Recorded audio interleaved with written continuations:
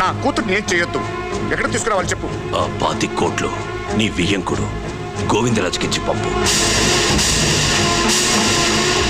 Sir మీరు ఇందాక డబ్బులు ఎవరిని తీసుకురమ్మన్నారు? గోవిందరాజుని. ఎందుకు? ఎందుకా?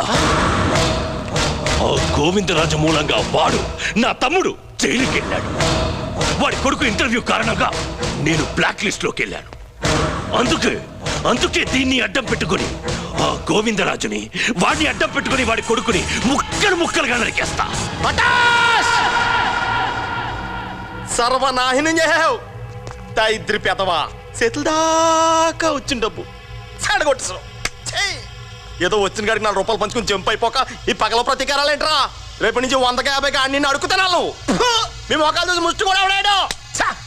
మొక్కల కింద నడికేస్తావా? వచ్చింది ఎవరనుకుంటున్నావు? గోవిందరాజులు మామూలుగా